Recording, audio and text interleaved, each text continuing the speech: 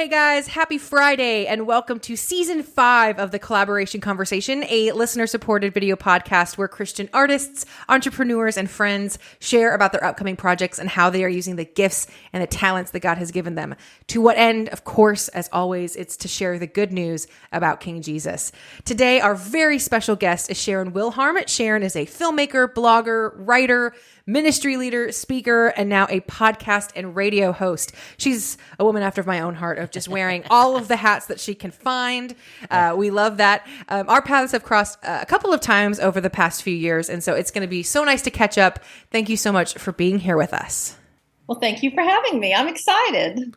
You look lovely, and I love your setup. This is great. You're obviously a pro. Very professional podcaster, obviously. Well, so we were reminiscing and trying to figure out when we first met you, and it was at a screenwriting workshop with Brian Coley in Franklin, Tennessee. Oh my gosh. A while ago. But that was fun. That was a good day. I was thinking about it, and I realized it was in 2017 because we had just released our movie Providence, and I was working on the script for Summer of '67. Wow. Okay. So you already had the idea in mind while you were at that workshop? I did, but it was a pretty... it was very much a germ of an idea. I kind of remember that. I mean, I was going in with nothing. There was an abyss in my head, and you actually were asking pointed questions and carefully worded, and well-crafted questions. So yeah, well, good. That was fun. That was a fun day. I learned. Oh yeah, same. Brian was great. We've had him on the podcast since. He's just very fun to talk to about movies. You can tell how much he loves and how much is a gift of his. Well, and he's probably the only guest that had special effects. He did. He had like special effects come across the screen of like shark, shark from Jaws, and C-3PO from Star Wars came on the screen. It was so cute. Yeah, it was adorable. He's great. Have you guys kept in contact over the years? I haven't. Okay. No. Yeah, he's awesome. He would be somebody that reconnecting would be great. So, all right. So, just for our listeners who might not know you, just tell us a little bit about yourself and your family. Well, I am, like you said, Sharon Wilharm, and I live north of Nashville in a 120-something-year-old house, and I love all things old, and, it's funny because you were talking about all the different hats that I've worn, and God has just had me doing all kinds of different things, but there is a common thread through all of them, and that is they always have a focus on women and storytelling. And, when we first started in the movie industry back in 2000, we made an initial movie back in the 1990s that, it was bad. Live and learn. But when we really started it in 2010, I think, I would go to film things and there were no other women, or there'd be like one other woman. Yeah. And so my thing was telling movies from a female perspective, because all the movies they always had male, main characters. Yep. And everything was from their perspective. And so my whole thing has always been telling stories for women. Oh, I love that. That's great. You're preaching to the choir on that one. We will lift that up all day long. Well, Sarah's just finished a film, and both lead characters are women. Well, a lady and a girl. Three, actually. Oh, that's true. Three. I have seen the trailer, and I can't wait to see it. Cute. Well, thank you for watching it. That's really sweet of you. Well, anyway, it's very important to us as well. You guys are on the same page on promoting that. Yes. Well, so you're married, have a daughter, maybe even a granddaughter. Yes, my daughter is married to a preacher, and they live in the Appalachian Mountains. And our granddaughter is turning 3 in a couple of weeks. And I could be biased, but I am pretty sure she is the most adorable little girl ever. I believe you. She is adorable. I believe you. Did you guys get together for Christmas and the holidays? We did. Actually, they came to us, and then we all went to Florida together to visit family. How nice. It was. It kind of got thrown a little bit because they came immediately, like on Sunday, and then we got snowed in on Monday. Right. So we spent the day at home, and then on Tuesday we headed to Florida. all five of us in a pickup truck, but it's a big truck. And it was a fun adventure. Oh my gosh. That nice. Sounds awesome. Well, I'm so glad the weather didn't, ruin the whole trip. Was the weather okay in Florida? Yes, Okay. It was very nice. The Okay. funny thing, though, we went to the beach and it was supposed to be like 60 degrees. And so we were literally like dressing for 60-degree weather. And we had forgotten that in Florida, 60 feels a lot cooler than it does here. Yes. And it was very windy. So we were like layering up, freezing. trying to keep warm. That's so funny. Well, so we're not going to talk about this much, but one of the things that you do, because we were going to talk about the podcast and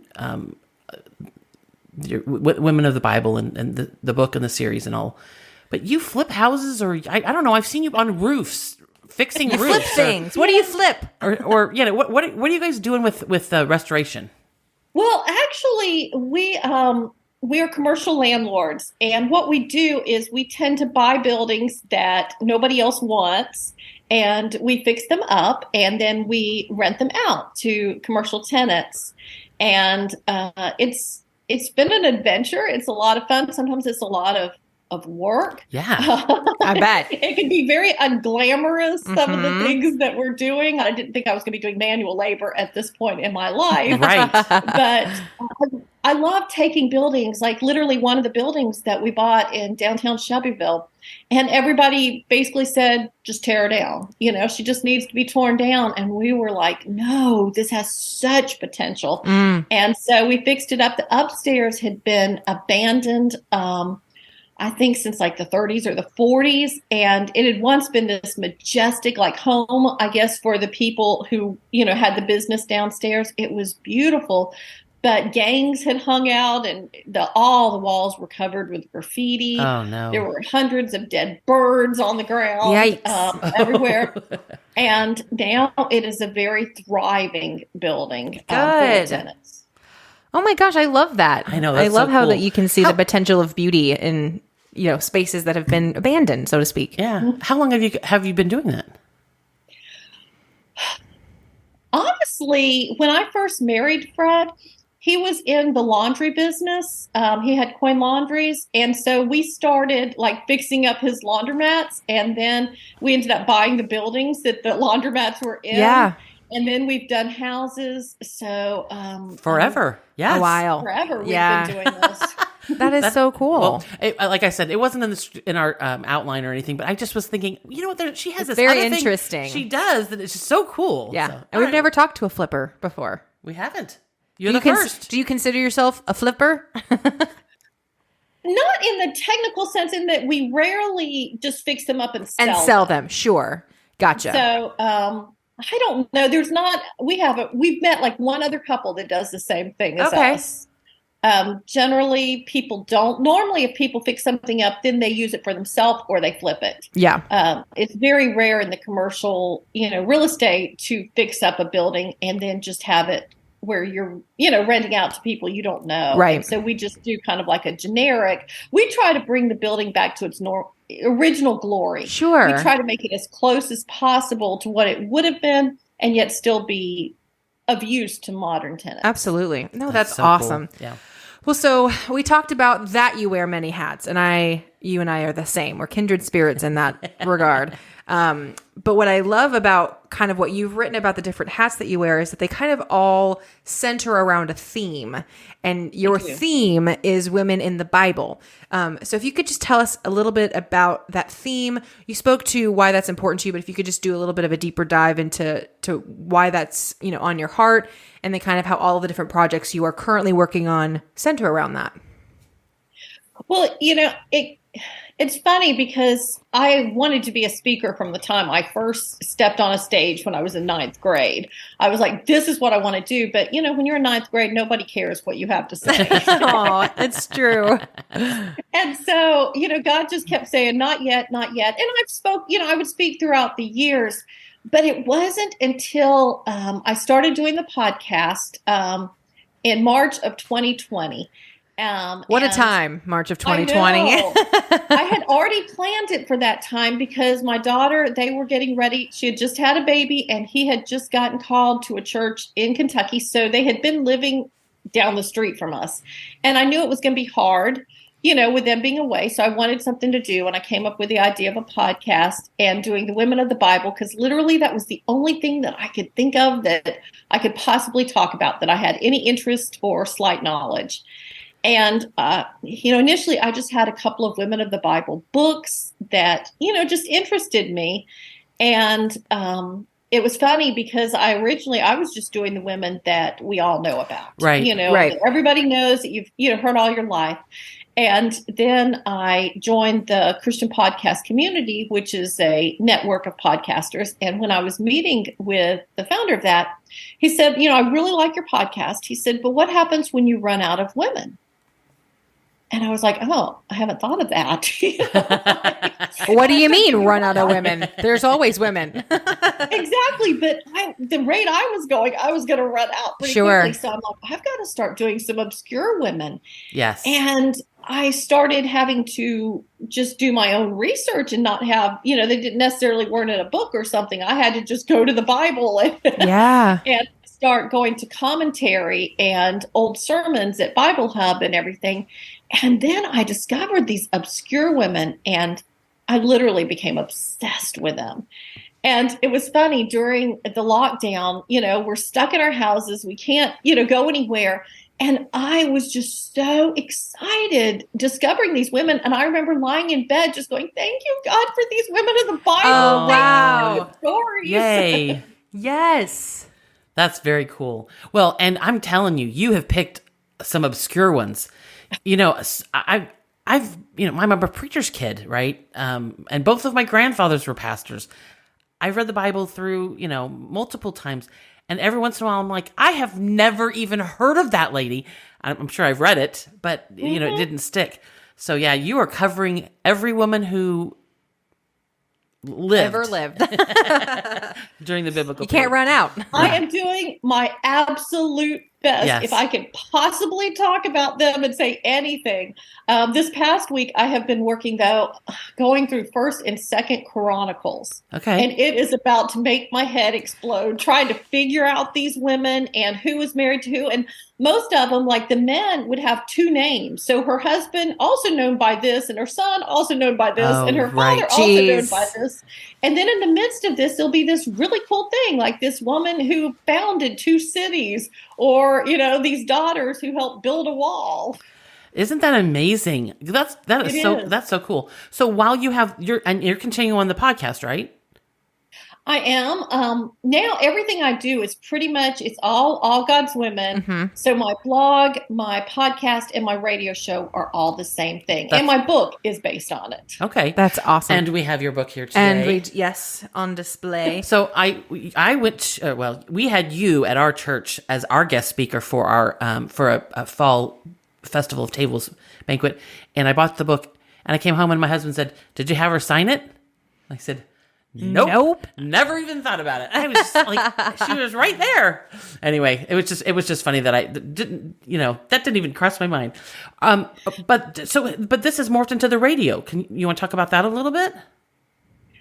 Sure. I started my podcast in March of 2020, and then, was going through everything going along. And then at the beginning of 2021, my husband and I were talking, how you do in January, like, what are you doing? Yeah. I was looking at what the future held. And he's like, well, is there anything else you want to do? And we were just, driving along, and I said, I'd like to have a radio show. And then as soon as I thought about that, I was like, where did that come from? Like, I've not given this any thought. And I didn't know anything about radio. And immediately like that, a woman connected with me on LinkedIn, and she was with a radio station. And I was like, okay, well, and I just started asking her questions, and her radio station wasn't like, they didn't have, it wasn't a good fit for like me to do anything with it, but she answered a lot of questions. And then we had gone to NRB, and there was a company that's what they do, is they help people set up radio shows. And I learned from them that the best thing was doing short little features that they could interject. And so, based on all their information, and again, they weren't a good fit because it was going to be like $1,000 a month for me to do everything and them to get it in radio stations. And I was like, I'm pretty sure that Yeah. I could do this without that. Yeah. And so I just created a few episodes, and then I started contacting radio stations. And I launched in May of 2021 with, I think it was 5 stations. Wow. Started adding, and I would just find other little short radio shows and find out what stations they were on and then contact those stations. One of the first ones I contacted was Moody. And, I was just contacting everybody and wasn't really expecting a whole lot. But the director of programming at Moody responded. And he said, I got your postcard that you sent out. And he said, and I went to your website, but there was a couple of things that I couldn't find that information. And so, I just kind of forgot about it. And so I was like, well, some of that was here. And he just didn't see it. Yeah. I was like, I need to add that. And so then I let him know. I said, I contacted back. I said, thank you for the insight. I've added this. And he said, okay, well, we're not looking for new radio shows, but I'll keep you in mind. So every few months I would contact him again and say, hey, I've added a few stations, or hey, this. And then one day he said, you know what, we're looking to update. And so we will be adding some new shows. So we are considering you. Wow. And lo and behold, got the message, hey, we are adding All God's Women. And the most amazing thing about that is realizing that back when I was in college, I used to have to commute to school for 45 minutes when I went to community college. Mm-hmm. And I would listen to Christian radio. And they would have these little segments, kind of like a long commercial, and it would be like Tony Evans or different preachers. Yep. And I loved them. And I remember thinking, I would love to do that, but I don't even know what it's called, And I didn't want to major in radio because I didn't want to be in the radio industry. I just wanted to have a show. And so since I didn't know anything about it, I just dismissed it. And it wasn't until I was listening to myself on Moody that I realized, thank you, God. How cool is that? Yeah. That is incredibly cool. And just, it's a miracle. Well, right. He plants that seed when you're young. Yes. And you don't think about it until so much later. But then he also gave you the talents and the gifts, right? And he just continues to bless. Yeah. Well, he knew it would take a long time to get me ready for that point. I wasn't ready back then. Right. That's so funny. Well, are we ever ready? Well, that's fair. Back in the days. So, but yeah, it's so cool. And I guess maybe I wish I had written all these things down because, that's happened for me. That's probably happened for you. Where you can go back and look and go, oh, thank you, Lord. I remember driving by this one campus. I was in higher ed at early on when we moved to Nashville, and it's just the most peaceful campus. And I always thought that would be so nice to work there. I didn't know anything about it. 10, 15 years later, however long, I applied for a job as director of admissions and I got it. And that was at Aquinas. Right. But it's just so funny. I'm not Catholic, but I just drove by and it just seemed so peaceful. And it was a very peaceful campus. For a while, yes. But anyway, it's just so funny. You can look back and go, oh, well, God's hand was on that and he was on that. I love how God does that. Oh my gosh. It's so cool. Great. That's awesome. Well, so one of my favorite things that I hear you, well, here's not the right word, see when you post, because I know you're really good on social media and keeping people updated and things, is hearing about all of the people that you're connecting with internationally. It's insane. Just can you talk about that a little bit? It is such a cool God thing. And what is the neatest thing is when I was a teenager, again, growing up, I always was fascinated by missions and, loved hearing missionary stories. And I always thought that maybe I would be a missionary someday. And at the same time, I was scared to travel. I was traveling around the United States. I've never had a desire to. I've always been scared of going over an ocean or something. And so I at some point when I was right out of college, I did apply to be a 2-year foreign missionary. And God said, you know what? I just needed your heart. I don't need you actually there. Wow. He closed that door, which was good because I think that's it. He just wanted me to be willing. Yeah. But I've still had this fascination with, reaching people around the world. And so I think that he planted that so that with my podcast, and I have no idea. It just amazes me.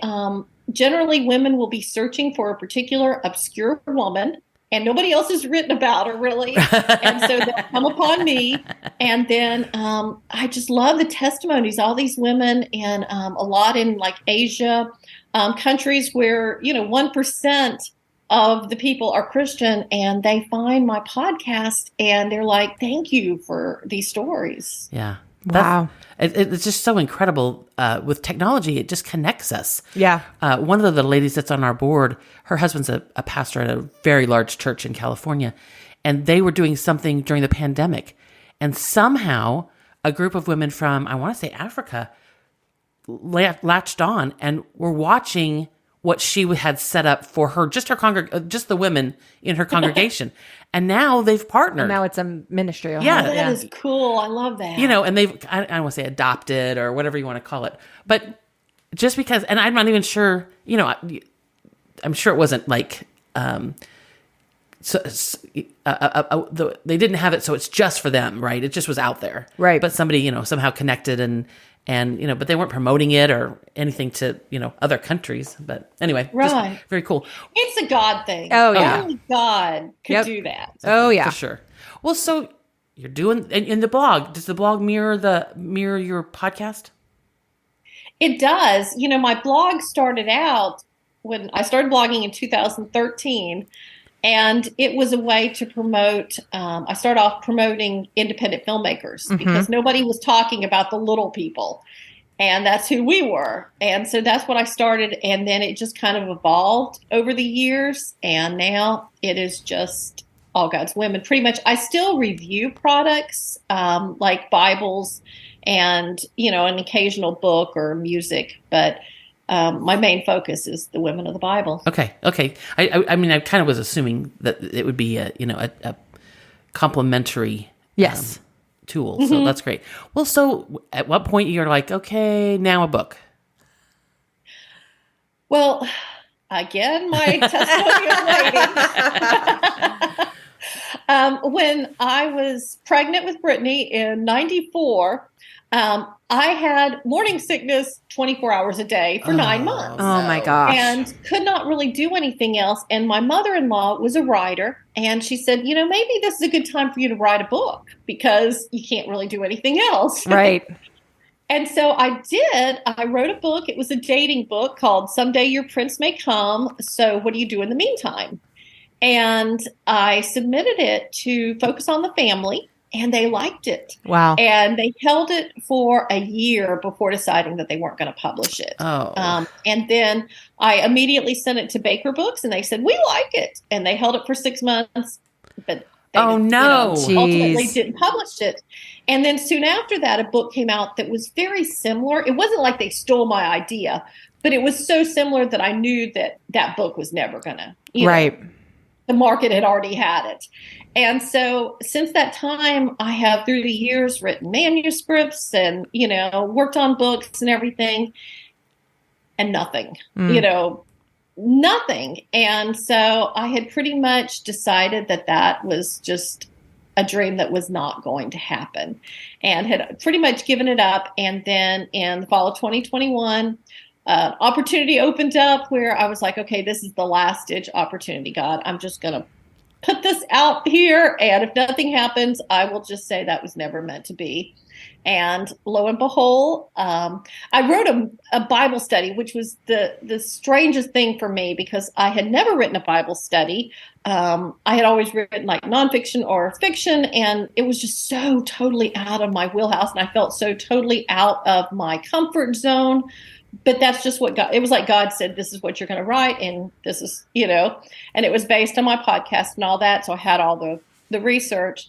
And lo and behold, I got a contract with a traditional publisher, and it came out in August of this past year.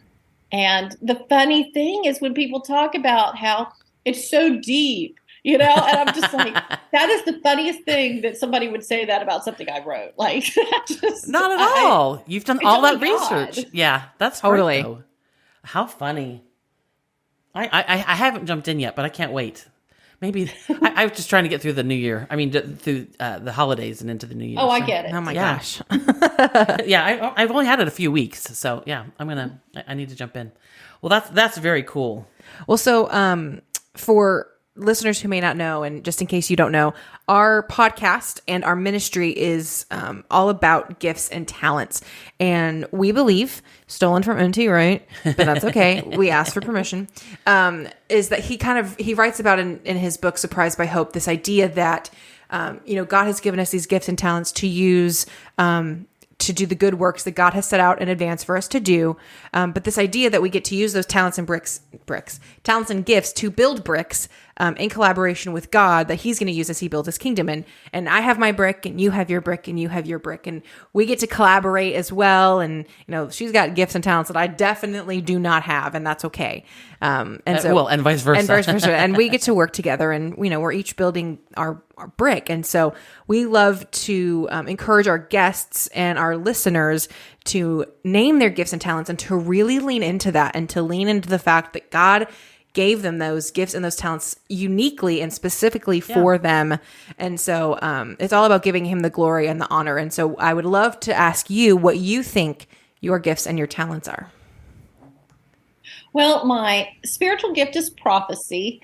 And for me, I see that God uses it in allowing me to be a matchmaker for people. I love that. I love seeing that this person has these gifts and they would be so great doing this. And so encouraging them and connecting them with other people. I did a lot of that in the film industry and with my blog, there's all these people that are needing to be connected with other people. Right. And I love doing that and encouraging people and providing opportunities. For me, that's what with filmmaking that I always saw. It wasn't necessarily for me about the finished product. It was a lot in the process, because we prayed over each of the actors, every single role. We would pray over God, it wasn't just who is the best for it, but who needs this project who needs to be together. And so for me, it was all about pouring into those actors and providing the experiences and the connections that they needed for, their further experiences. Wow. Yeah. That's so cool. We really haven't touched on this, but for a while, I think you were the director of women's ministries at your church. I was. So I'm thinking that talent might have worked there too. Yeah, for sure. Exactly. And that's how I saw women's ministry is, because so often women are sitting in the pews feeling so alone. They're surrounded by people, and yet they feel invisible and, just searching. And so that was my goal, was to help make every woman feel like she was a part of the church, a vital part, helping her get involved, helping her to be seen. I love that. I love that God put that on your heart to love on his daughters. That's just so important. I love that. And it feels so intentional. Yeah, absolutely. Well, and we'll just have to add communication, obviously. Yeah, obviously. You're and storytelling. A great communicator, great storyteller. So, yeah. Definitely. That's awesome. Very cool. Well, do you want to do the hard question, Yes, hard-hitting question? Yes. It's not a hard-hitting question. It's my favorite question. Yeah, let's go. Go ahead. Oh, you want me to? Yes. That's what I said. Okay. Well, so we've mentioned this before to you when we were talking earlier, but we added this last season, and we would just like to hear what you like, one word or an experience or something that you would like to share with us and the listeners about Jesus. Well, one thing that's really stuck with me as I have read about like the women in the Bible and their interactions with Jesus that has just really hit home is that Jesus is no respecter of persons. And I just love how like the women in the Bible that he interacted with, those weren't women that necessarily the world saw as important, you know, that they were too concerned with. But I love how he saw their needs, he saw their heart, and he was there for them, even, you know, though they felt like all hope was gone or they were all alone. And I love that whole feeling of he sees me and he loves me, and, you know, he has my best interest and is just seeing what I'm doing. Yeah. Wow. Well, and so what comes to mind when you were saying that is like even the woman at the well. It wasn't so. It was spectacular and miraculous that he could tell her story, but that he was speaking to her at all, right? Exactly. You Totally. know, just seeing her, just like what you're saying, but especially the culture at the time, he acknowledged that she exists, and that's, I mean, no, that's so powerful when we feel that from people. See, he should have, the whole world ignored her because she was somebody that you just pretended you didn't even see. Jeez. But not only that, but he took this woman that was a social outcast and he used her for his ministry because so many people were saved. As a result, they had revival in Samaria, and it all started with that woman. Yeah. That's incredible. Yeah. It's just so cool how God does that. Well, and you're highlighting that in your blog, in your in the podcast, in the book. That's just so cool. That's great. Well, so for our listeners, if you are new to all of this and you want some information about Jesus, we do have a resource on our website at projectbrickworks.org/Jesus. We've just tried to include things that might help you just kind of take the next step. So, and you can always reach out to us. We're not all that hard to get a hold of. That's very true. Email or text or call or whatever. But just we want to make sure that folks know that they have that kind of a resource. Yes, and amen. So Sharon, let folks know how they can get in contact with you if they want to listen to your podcast and your radio show. And then also, how can folks buy your book? Okay. Well, they can go to my website, which is SharonWilharm.com. And if they can't remember how to spell that or whatever, they can go to allgodswomen.com, which will take you to the same place. Great. And there you can find all about, you know, my blog, my podcast, my radio, all of that. The podcast is available on anywhere where there's podcast available. And my book is available online at Amazon. Perfect.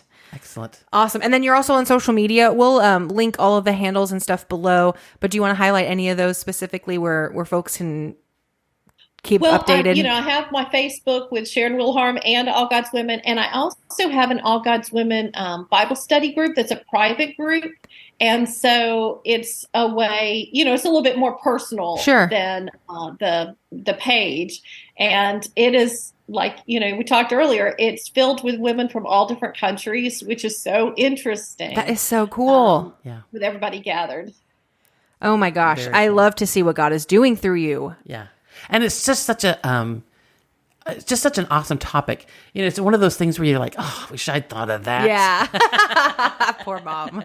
No, I don't really want to do it. Well, but God gave that to her specifically. Specifically. Yeah. So yeah, it's awesome. And it's, we get to celebrate that. Yes. So yeah.